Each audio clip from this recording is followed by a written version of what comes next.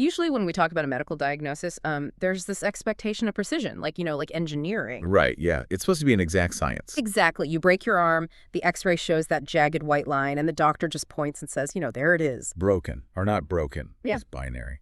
And it's comforting, because we crave that kind of visible categorization, especially when it comes to things that can hurt us. But then you step into the world of predatory psychology, and suddenly that x-ray machine is, well, it's utterly useless. We're looking at a diagnostic landscape that is murky, terrifying, and completely invisible to the naked eye. Today, we're looking at a man who weaponized that invisibility, a man named Jon B. Simonis. Better known to the terrified communities he hunted as the ski mask rapist. Yeah. We are looking at a timeline today that is deeply unsettling because it challenges everything we think we know about how to spot a monster. Right. We're tracking an escalation that spans from the late 1960s all the way through the early 1980s, resulting in, well, upwards of 130 suspected attacks across 12 different states. And we are not going to sugarcoat a single detail of this. If you are listening to this deep dive, you need to know we are going straight into an unflinching, completely uncensored forensic analysis of his modus operandi. We have to. It's the only way to understand it. Exactly. We are going to look at how a seemingly normal guy, a guy with a family and a respectable healthcare job, engineered a reign of terror. We're pulling from a huge stack of materials today, encyclopedia entries like Wikipedia and Grokipedia, plus some incredibly detailed true crime community analysis from Reddit that compares Simonis to other notorious figures. Like the Golden State Killer, yeah. It's crucial stuff. So let's start where the facade was built. January 1951, Lake Charles, Louisiana. Simonis is born into a military family, which means he moves around, eventually landing at a base in Ohio. And if you look at his time graduating from Bloom Carroll High School in 1969, the picture is almost aggressively normal. It really is the quintessential American boy narrative, at least on paper. His high school superintendent explicitly described him as a, quote, popular boy. Wow. Okay. Yeah, he was an athlete. And crucially, we have reports putting his IQ at 128. That's high. Like, really high. It places him firmly in the highly intelligent category. He isn't just floating through his social environment, He is actively observing it, mastering it, and learning how to blend in perfectly. That 128 IQ is something we really need to pin to the board because it informs everything he does later. So after high school, he serves in the Army in Europe from 1973 to 1977. Right. And when you look at the family dynamic, his mother, Avis, thought of him as gentle. She called him sweet, caring, and noted how much he loved children. Which is such a stark contrast to what he became. Completely. When he gets out of the Army, he heads back to Lake Charles and secures a job as a lab technician and later an attendant in a cardiology unit. I want to pause on that contrast right there. It's what psychiatrist Hervey Cleckley famously termed the mask of sanity. The mask of sanity, right. But rather than just throwing a textbook term at it, think about the cognitive load required to actually pull that off every single day. Right, because he's living two lives. Exactly. Simonis had to actively compartmentalize. He is playing the role of the devoted son, the diligent healthcare professional saving lives, the charming athlete. That high IQ gave him the processing power to maintain those separate realities without letting the people closest to him see the violent pathology incubating right beneath the surface. But let's push back on that idea of sudden escalation, because he didn't just wake up one day in 1979 and decide to start kicking down doors. No, not at all. If you look at the timeline, the incubation of this predator is actually terrifyingly slow and methodical. It starts way back in 1966. And he's a teenager. Yeah, he's only 15 years old. And he begins engaging in voyeurism, peeping into windows. Which is, sadly, incredibly common in the early development of serial sexual offenders. Voyeurism at that age is about establishing control from a safe distance. Okay, safe distance, like keeping a barrier. Yeah, exactly. The thrill comes from being the unseen observer. Mm-hmm. You hold all the power because the person inside the house has absolutely no idea they are participating in your fantasy. It's a non-consensual intrusion, but it's physically passive. Passive, sure, but isn't sneaking into someone's backyard in the dead of night inherently aggressive? I mean, he's crossing a physical boundary, even if he isn't crossing the threshold of the actual house. Oh, absolutely. It's a massive psychological boundary crossing. He is testing the waters of risk versus reward. And crucially, he gets away with it. He learns he can do it. Right. Right. Which is why, by 1973, when he is stationed in Europe with the Army, that passive observation is no longer enough to satisfy the urge. The high wears off. So he escalates to exposing himself to randomly chosen women. So the screen is removed. He steps out of the shadows. Exactly. This is a massive forensic shift. He moves from taking power secretly to demanding it openly. By exposing himself, he forces participation. Because they have to react. Yes. He is essentially saying, you will look at me, you'll acknowledge my sexuality, and you will react to it. He feeds off the shock, the disgust, or the fear of the victim. He requires an audience now. Which brings us to a massive, just infuriating systemic failure in 1978. He's back in the States, and he finally hits a tripwire. He gets his first official criminal conviction. Right, the phone calls. Yeah, the charge is making obscene telephone calls. Again, he's intruding, forcing his way into the ultimate safe space, the victim's home phone. Right into their living room, essentially. Exactly. But here is the kicker, and this just makes me so mad. The judge lets him off without jail time, under the condition that he seeks psychiatric help. You really have to look at the historical context of 1978 here. Law enforcement and the judiciary were notoriously ill-equipped to understand the trajectory of sexual deviance. They just didn't get it. They didn't. They often viewed obscene phone calls or exposure as a nuisance crime, just a weird quirk, rather than a glaring red flag of a rapidly escalating predator. I keep thinking about this like a pressure cooker. The justice system had their hands on the dial. Instead of turning the stove completely off, throwing him in a cell, putting him under intense, monitored supervision, they gave him a tiny release valve. They vented the steam. Yeah, they basically just vented a little steam. What does that teach a guy with a 128 IQ? It teaches him that he is smarter than the system. It is the worst possible outcome. Because it doesn't serve as a deterrent at all, it serves as a profound emboldenment. Wow, so he feels untouchable. Exactly. He looks at that judge, looks at the slap on the wrist, and his internal narrative is completely confirmed. These people are incompetent, the rules do not apply to me, and I can talk my way out of consequences. That is chilling. Think about it. 12 years of escalating fantasies, from peeping to exposure to obscene calls, and the system basically just asked him nicely to stop. And we see the horrifying result of that arrogance less than a year later, April 30th, 1979, in Bridge City, Texas. The timeline violently fractures. He doesn't just call a house anymore, he breaks into it. A full escalation. Simonis transitions into violent home invasions, burglary, and rape. The barrier between his dark fantasy and physical reality is completely shattered. He closes the distance. He is no longer on the sidewalk. He's no longer on the other end of a phone line. He is inside the house, commanding the physical environment. And the mechanics of how he orchestrated these invasions is where his pathology truly distinguishes itself from your average burglar. Right, and this is the part that genuinely makes my blood run cold. Because we always picture a home invader as a stranger in an alley, right? Like a guy with a crowbar. Yeah, someone looking for an unlocked window in the dead of night. But Simone wasn't a stranger to the system. He was a cardiovascular technician, and he weaponized his access to the most confidential, vulnerable spaces imaginable. He turned the medical institution into his personal hunting ground. He would literally pull patient files. He's working in a cardiology unit surrounded by people who are quite literally fighting for their lives or worried sick about a family member.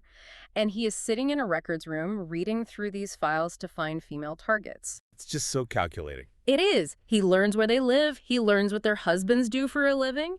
Most importantly, he learns their daily schedules. He figures out exactly when the house is going to be empty. Think about the ultimate violation of the social contract here.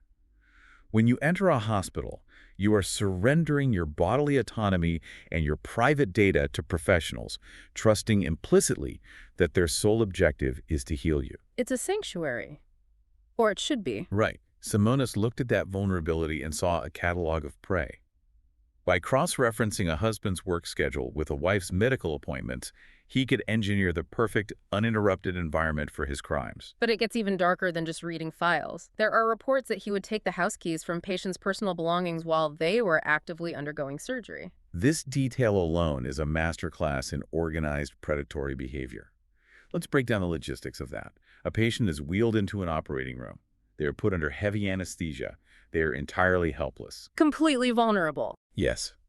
Their family is likely sitting in a waiting room, distracted by sheer terror over whether their loved one will survive the procedure.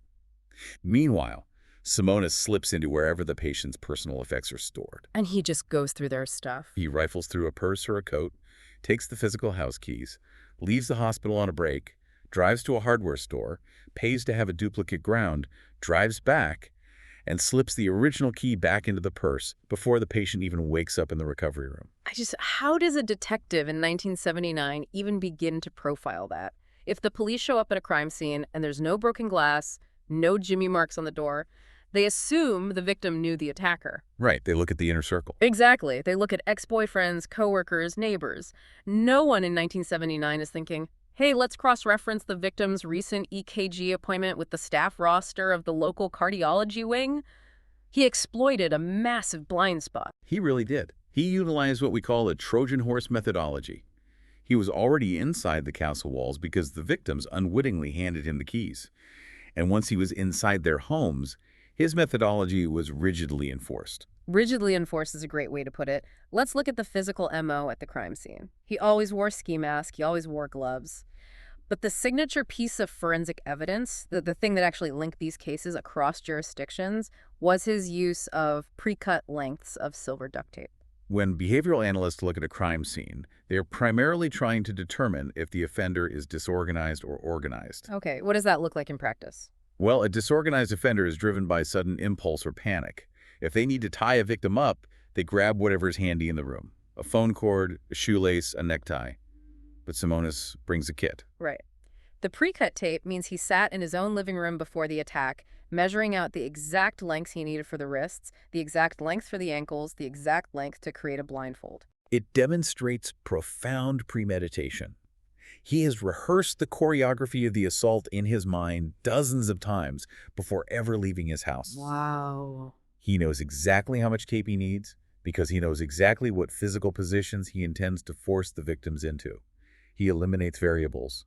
He doesn't want to be fumbling with a roll of tape in the dark. He wants seamless, immediate control. And he coupled that preparation with intense stalking. He later confessed, and I quote, "I stalked my victims like a hunter stalks deer. It sometimes took weeks to hone my target." The stalking phase is integral to the psychological payoff. The assault doesn't begin when he enters the house. It begins weeks prior. So it's about the anticipation. It's about the power. When he is sitting in a car down the street, watching a woman carry groceries into her home, watching a husband leave for work, he is experiencing an immense surge of power. He knows something they don't. He holds all the cards. Exactly. He holds their schedule, he holds their keys, he holds their fate. He is playing God in his own mind. And that God complex takes a really specific, terrifying shape as we look at his motives from 1979 to 1981. Initially, these home invasions had a heavy robbery component. In one instance, he stole $400,000 worth of gold and silver. That's a massive haul. It is. But very quickly, the financial gain became secondary. The crimes devolved entirely into a quest for sexual gratification. But it's vital to clarify that the sex was merely the mechanical vehicle for the true motive, which was absolute psychological domination. If you study the evolution of serial offenders, this transition from property crime to sexual violence is a recognized pathway.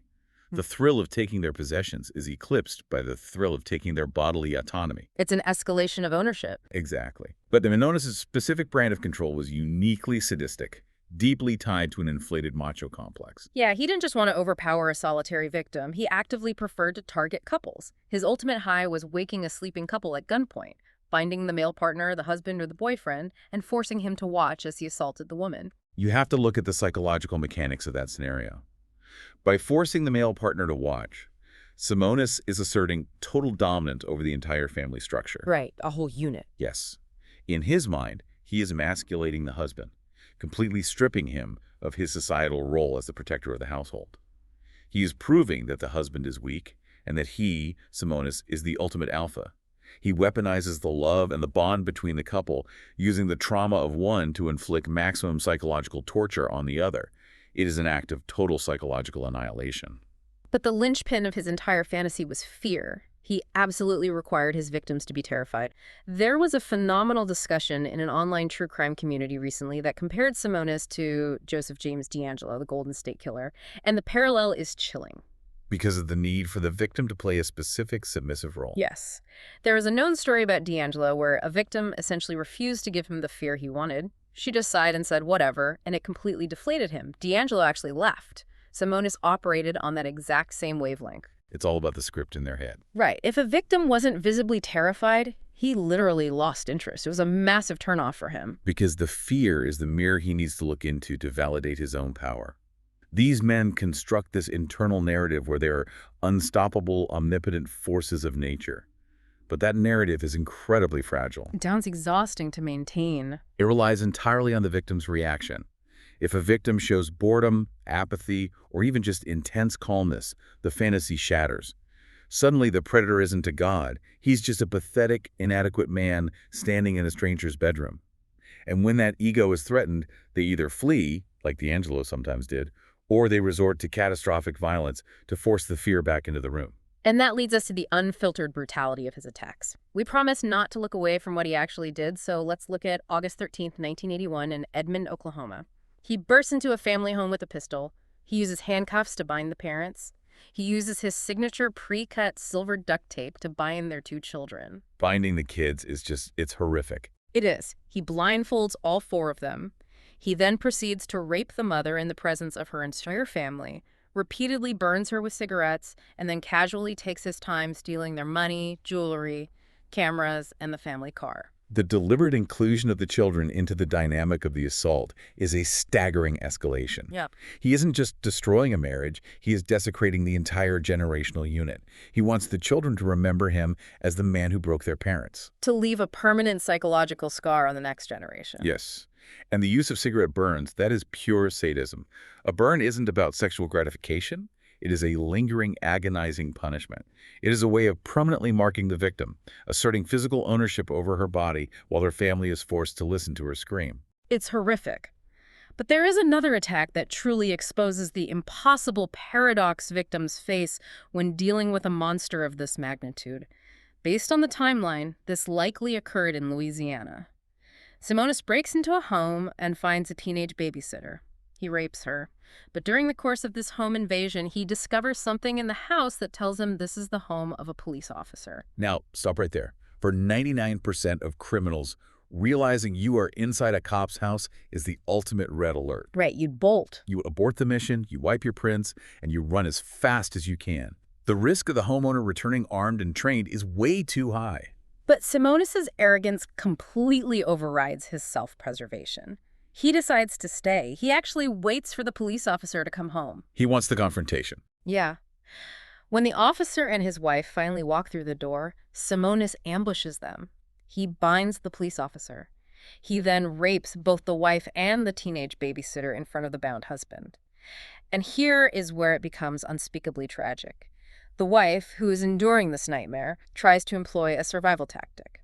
She looks at her husband and tells him that the attacker is, quote, being a gentleman. We have to analyze exactly what she is doing in that moment.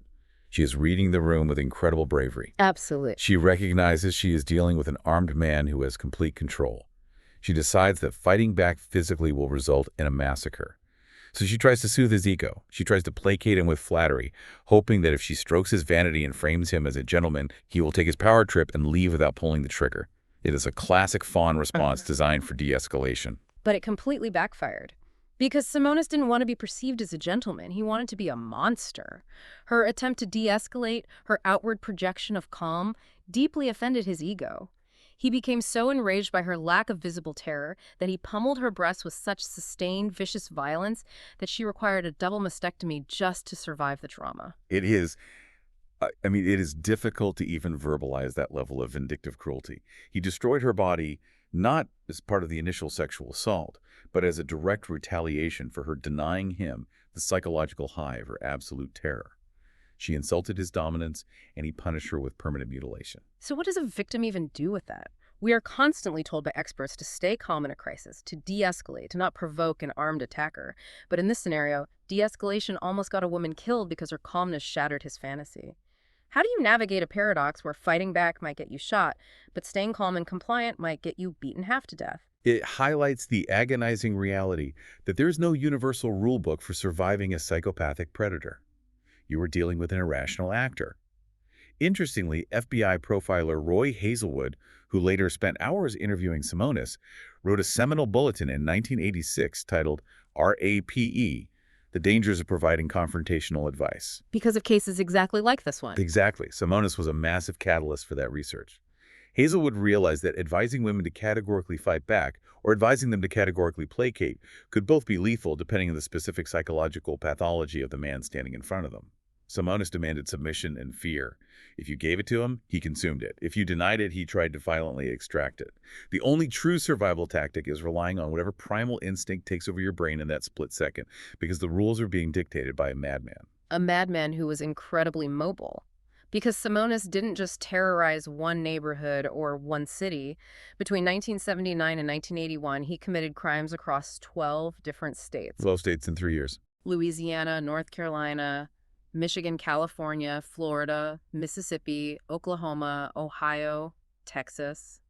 There was even a deep probe into attacks in Wisconsin, though they eventually couldn't definitively place him there. But the sheer mileage he was covering is staggering. That mobility is the primary reason he was able to operate for 3 years and accumulate over 80 confirmed attacks. You had to put yourself in the shoes of law enforcement in 1980. Agencies were completely siloed. They weren't talking to each other. There were no unified digital databases, no instant DNA cross-referencing, no automated fingerprint systems that talk to each other across state lines. If a detective in Edmond, Oklahoma is looking at a crime scene with pre-cut silver duct tape, he has no easy way of knowing that a detective in Bridge City, Texas or Baton Rouge, Louisiana is looking at the exact same signature. Simonis recognized this vulnerability. He knew how to game the system. Yes. The moment a local task force started turning up the heat, the moment he felt the net closing, he simply got in his car, drove 2 states over, and reset the investigative clock back to 0. But here's an incredibly bizarre layer to his MO. He didn't always act alone. The sources confirm that detectives eventually identified 2 accomplices in several of these attacks, John Dickinson III and Frederick Borman Jr. Right. Investigators tied Dickinson to participating in 9 of the 13 Louisiana rapes, while Borman was utilized primarily as a getaway driver and a lookout. Detectives explicitly described Dickinson and Borman as weak men shamed into joining in the attacks. And I just cannot wrap my head around this dynamic.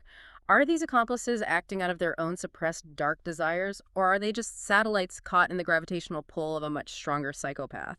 Like, why would a control freak like Simonis, a guy who micromanages every millimeter of a crime scene with pre-cut tape and stolen keys, suddenly decide to share his hunting ground? It's a great question, because it contradicts almost everything we know about serial sexual offenders who are overwhelmingly solitary. Right, they usually operate completely alone. Because for most, the crime is a deeply internalized, highly personalized fantasy. Bringing another person into the room dilutes their control. But for a specific subset of narcissistic predators, control isn't enough. They require an audience. Simonis needed to show off. It's theatrical. Precisely. By coercing weak, pliable men into his crimes, he wasn't sharing power. He was actively demonstrating it. He was performing for them. He was saying, look at the terror I can command. Look at how these people beg me. He was dominating the victims physically, but he was simultaneously dominating his accomplices psychologically by making them complicit in his atrocities. He turned them into captive audience members in his own theater of cruelty. But every theater eventually closes. The pressure of maintaining this double life of constantly hunting eventually takes a toll on the architecture of his mind. By late 1981, cracks begin to show. Living with that level of extreme adrenaline, constantly oscillating between the mask of sanity and the reality of extreme violence, well, it degrades the cognitive controls of even a highly intelligent offender. Even with a 128 IQ. Exactly. That high IQ can only manage the chaos for so long before the pathology begins to consume the host. We see the first major psychological fracture on November 6, 1981. Simonis gets in his car and drives to the gates of a psychiatric hospital in Mississippi. He later recounted this moment to investigators, saying, and I quote, "I drove up to the front gate. I wanted help so bad. I got to the front gate and stopped, backed up and left." That is one of the most profound moments in his entire timeline. It is a moment of absolute horrifying lucidity. His high IQ recognizes the monster he has become. He sees it. He realizes that his compulsions have completely hijacked his life, and for a fleeting second, the human part of his brain is begging for a cage. He wants them to lock him up before he does something worse. But the predator ego, the side of him that feeds on the dominance, wins the internal war. He throws the car in reverse and drives back into the dark. And the tragedy of that choice is immediate. Just 2 days later, on November 8, he attacks again. The machine is fully back in motion. But by this time, law enforcement is finally starting to talk to each other. The FBI's Behavioral Science Unit, the BSU, is brought in to consult. And they are terrified because they look at his escalation, the increasing violence, the absolute lack of empathy, and they realize that murder isn't just a possibility, it is the inevitable next step. The BSU deploys two of their most legendary figures, Roy Hazelwood, a pioneer in profiling sexual predators, and Dr. Ann Burgess, a brilliant psychiatric nurse who fundamentally changed how the FBI understood victimology. They were the heavy hitters. Absolutely. Burgess travels to Louisiana and starts conducting in-depth interviews with the surviving victims. She looks past the trauma to find the behavioral patterns. She notes his preference for wealthy neighborhoods, his rigid organization, and his obsession with absolute submission. And Hazelwood takes those observations and synthesizes them into an astonishingly accurate profile. Hazelwood notes the physical strength required to simultaneously subdue a husband and wife. He looks at the tactical precision of the home entries and the pre-cut tape. He looks at the overwhelming need to project an alpha male persona. Hazelwood turns to local law enforcement and says, "You are looking for a guy who works out obsessively. You are looking for someone with a military background, specifically ground forces given his tactical movements. And crucially, because his entire pathology is built on projecting a dominant, flashy masculinity, look for a guy who drives a flashy car that stands out." I really want to highlight how precise that profiling was for 1981. If you look at the initial profiles generated for other offenders of that era, again, looking to Golden State Killer, they were often incredibly vague, pulling local jurisdictions in dozens of contradictory directions. Like looking for guys who ride bicycles or just random stuff. Yeah, exactly. But Hazelwood's profile of Simonis was like a sniper's bullet. He didn't focus on vague Freudian childhood traumas. He focused on specific, actionable behavioral markers that would manifest in the suspect's daily life. And it paid off perfectly. Police are put on high alert to look for a flashy, out-of-place vehicle near the scenes of these crimes. Soon enough, an officer spots a pristine, fancy red Pontiac Trans Am cruising near the site of a recent attack. It sticks out like a sore thumb in these quiet suburban neighborhoods. It goes back to his fatal flaw. His ego. Exactly. It's like a peacock displaying its feathers. He was so desperate to be seen as this powerful, masculine 1980s alpha male that he drove the exact car that would guarantee he got caught. If he had driven a beige sedan, he might have kept hunting for another decade, but his ego wouldn't allow him to be invisible in his downtime. They run the plates on the red Trans Am. The registration comes back to Jon B. Simonis. They pull his background, military service, specifically Army. They pull his physical description, muscular fit. He checks every single box on Hazelwood's profile. So, they don't move in immediately. Plainclothes undercover officers start tailing him. They follow this apex predator for an entire week. And what is he doing? He's not lurking in alleys. He's at the local arcade playing pinball. He's going to the movies. He's sitting down at his mother's dining room table eating Thanksgiving dinner. It is the ultimate display of the banality of evil. He is seamlessly transitioning from terrorizing families with a pistol and duct tape to passing the cranberry sauce at Thanksgiving. His compartmentalization is fully intact right up until the end. Finally, on November 27, 1981, they decide to end it. They arrest him in Jena, Louisiana, while he is standing in a local store buying bread and cigarettes. The boogeyman, taken down in the checkout aisle. And that arrest is merely the prologue to one of the most sprawling, complex legal and forensic aftermaths in American criminal history. Because once they have him in the interrogation room, Simonis makes a decision that stuns the detectives. He decides to confess to everything. He tells them he wants to plead guilty to avoid putting his family, particularly his mother, through the public humiliation and agony of a sprawling multi-state trial. He sits down in front of a video camera, and he just begins to unspool the nightmare. Over 80 separate attacks. He details the states, the cities, the specific methods of entry, the layouts of the houses, what he stole, the sequence of the assaults. He lays it all out with chilling precision. But those confessions didn't just close open cases. They sent a shockwave through the justice system because it turned out local police departments in other states had already tried and convicted innocent men for crimes that Simonis was now detailing on tape. This is where we have to look very critically at the fallibility of our justice system, particularly concerning eyewitness testimony. Let's look at Texas. A man named Clarence Vaughn Williams was sitting in a cell serving a 50-year sentence for a rape. Simonis gets on tape and confesses to it. And he doesn't just say, "I did it." He provides hyper-specific forensic details, the layout of the victim's bedroom, the exact sequence of the attack, the items taken details that only the true perpetrator could possibly know. Information the police had held back from the public. Exactly. And in Ohio, another man named Bradley Cox was serving time on 11 charges of rape, aggravated burglary, and robbery. Simonis confesses to those two. Cox had already served 2 brutal years of his sentence. He was eventually freed and awarded $110,000 by the Ohio Court of Claims for wrongful incarceration. It's a massive, uncomfortable paradox. The worst kind of predator, a man who caused immeasurable pain, suddenly becomes the ultimate truth teller, dismantling the state's case and freeing innocent men from cages.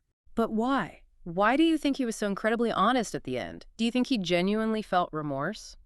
Was he actually trying to spare his mother's feelings, or was this just a narcissist taking a victory lap and claiming credit for his masterpieces? While the desire to shield his mother might have been a convenient excuse, the psychological reality leans heavily toward a victory lap. It's an ego trip. Yes, for a profound narcissist like Simonis, the interrogation room is just another stage. He is sitting across from FBI profilers and seasoned homicide detectives, and they're hanging on his every single syllable. He is entirely in control of the narrative. By confessing in such granular detail, he gets to mentally relive the crimes. He gets to demonstrate his intellectual superiority by proving exactly how he outsmarted multiple police departments for 3 years. So freeing those men didn't really matter to him. The fact that his confessions freed innocent men like Von Williams and Cox was entirely incidental. It was a byproduct of his ego, not an act of altruism. And the most mind-bending part of the Clarence Von Williams exoneration is the reaction of the victim. The victim in that Texas case, a woman named Sally Blackwell, still insisted that Simonis wasn't the attacker. She looked at Simonis, she looked at his confession containing details only the attacker would know, she looked at the overwhelming circumstantial evidence, and she reaffirmed that her attacker must be Von Williams. We have to approach that with immense empathy because it reveals how deeply trauma fractures human memory. When a victim endures the sheer terror of an assault, their brain is flooded with cortisol and adrenaline. Memory encoding becomes completely chaotic. Right, they aren't processing information like a tape recorder. No, not at all. Then they go through the secondary trauma of a trial. A prosecutor points to a man sitting at the defense table and says with absolute authority, "This is the monster who hurt you." The victim's brain, desperate for closure and safety, locks onto that face. It becomes their truth. When Simonis comes along years later and proves the wrong man is in prison, it creates an unbearable cognitive dissonance for the victim. Accepting Simonis means accepting that the real monster was free for years and that they helped cage an innocent person. That reality is often too painful to integrate, so the mind simply rejects it to survive. Despite the confusion of eyewitnesses, the physical and circumstantial evidence backing up Simonis' tapes was undeniable. He faced the courts in Louisiana. His defense attorneys briefly attempted a maneuver, suggesting he suffered from schizophrenia, trying to lay the groundwork for an insanity plea to spare him a life sentence. But Simonis himself completely derailed that strategy.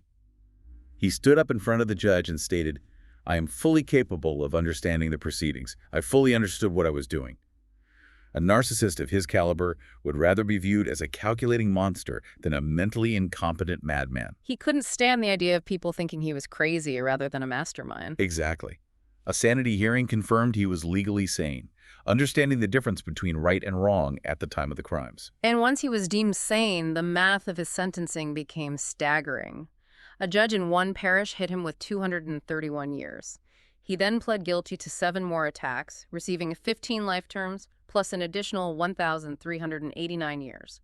By the time the Louisiana court system was finished processing his confessions, Jon B. Simonis had been sentenced to 21 consecutive life terms, plus an additional 2,690 years in prison. Just an unfathomable amount of time. He was shipped off to the Louisiana State Penitentiary at Angola, a notoriously tough maximum security facility, and kept segregated from the general population because they deemed his intelligence a massive escape risk. And because Louisiana buried him under centuries of time, the other 11 states looked at the logistics and decided not to spend taxpayer money to extradite him and try him for the remaining 75-plus charges. He was never getting out. The sheer volume of that sentence is a direct reflection of the geographic and psychological devastation he left in his wake. But even locked in a maximum security cell at Angola, his ego simply refused to power down.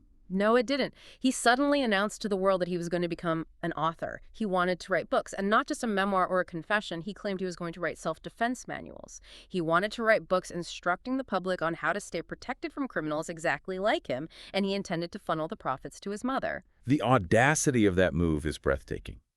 He is attempting to rebrand himself from a sadistic predator into an expert consultant, a teacher. He's trying to profit financially and socially off the very terror he meticulously engineered. But his victims refused to let him control the narrative one last time. Four of his local victims banded together and sued him for over $1 million in civil court. They demanded that any potential profits from his writings go directly to them as restitution, not to his family. And they won. A huge victory. A judge ruled in their favor. Two of the female victims were granted $500,000 each if he ever published a single word, and two of the male victims, the husbands he forced to witness the assaults, were granted $50,000 each. This lawsuit was so high profile and so deeply impactful that it inspired a Louisiana state representative to officially introduce a Son of Sam law, specifically designed to ensure no criminal in the state could ever financially profit from the publicity of their crimes. It was a vital, final reclamation of power by the people he tried to break. By hitting him with that lawsuit, they effectively gagged him. They silenced the narcissist. But he did speak to law enforcement a few more times. In a final chilling admission during one of his extensive long-form interviews with FBI profiler Roy Hazelwood interviews that eventually formed a significant portion of Hazelwood's book, The Evil That Men Do. Simonis admitted the terrifying ultimate truth of his trajectory. He looked Hazelwood in the eye and said that if he hadn't been caught buying bread and cigarettes that day in November 1981, he would have eventually turned to murder. The insatiable need for ultimate control was rapidly pushing him toward the ultimate finality of taking a life. And if you look at the forensic timeline we've just built today, that escalation to murder wasn't just a possibility, it was a statistical certainty. From peeping in the shadows in 1966, to forcing exposure in 1973, to violent home invasions in 1979, to bringing in an audience of accomplices and inflicting permanent physical mutilation by late 1981. The pressure cooker was inevitably going to detonate into homicide. Law enforcement caught him standing at the very precipice. What an incredibly heavy, dark journey this has been. If you've stayed with us through this, thank you. To summarize the massive ground we've covered, we've tracked how Jon B. Simonis, a highly intelligent, popular athlete, evolved over 15 years into the ski mask rapist. We saw how a systemic failure and a slap on the wrist in 1978 taught him he could outsmart the law. We examined the horrifying reality of a cardiovascular technician using the sacred trust of a hospital records room as a hunting ground, literally copying house keys while patients lay unconscious under anesthesia. We analyzed a psychological profile so desperately dependent on dominance that a lack of fear from a victim provoked a rage resulting in a double mastectomy. And we saw how an ego so desperate to project a macho image literally drove the flashy red car that led to his capture and ultimately his 21 life sentences. And I want to emphasize that understanding these forensic details, tracing this timeline step by step, isn't just an exercise in morbid curiosity. It is essential analysis. It's about understanding precisely how predators operate, how they exploit the blind spots in our daily routines, and how they weaponize our inherent trust in societal structures like the medical field or the assumed sanctity of a locked front door. It brings us right back to that broken X-ray machine we talked about at the top of the show. The murky, hidden fractures of a predator's mind aren't easy to spot. They don't glow in the dark. They hide in plain sight. They wear lab coats. They play pinball at the arcade. And they sit across from you eating Thanksgiving dinner. And as we leave you today, I want to give you one final thing to mull over. A thought that takes the horror of this 1981 case and brings it roaring into the present day. It's a scary thought. It really is. Think about the sheer volume of digital data your doctors, your dentists, your therapists, and your online service providers have on you right now. Think about the cloud servers holding your schedules, your addresses, your emergency contacts. If Jon Simonis could cause this much terror in 1981 with nothing but a physical file cabinet and a copied set of brass keys, what could a predator with his exact psychological profile, his 128 IQ, and his need for total domination do today with a single compromised password? Think about that. We'll catch you on the next deep dive.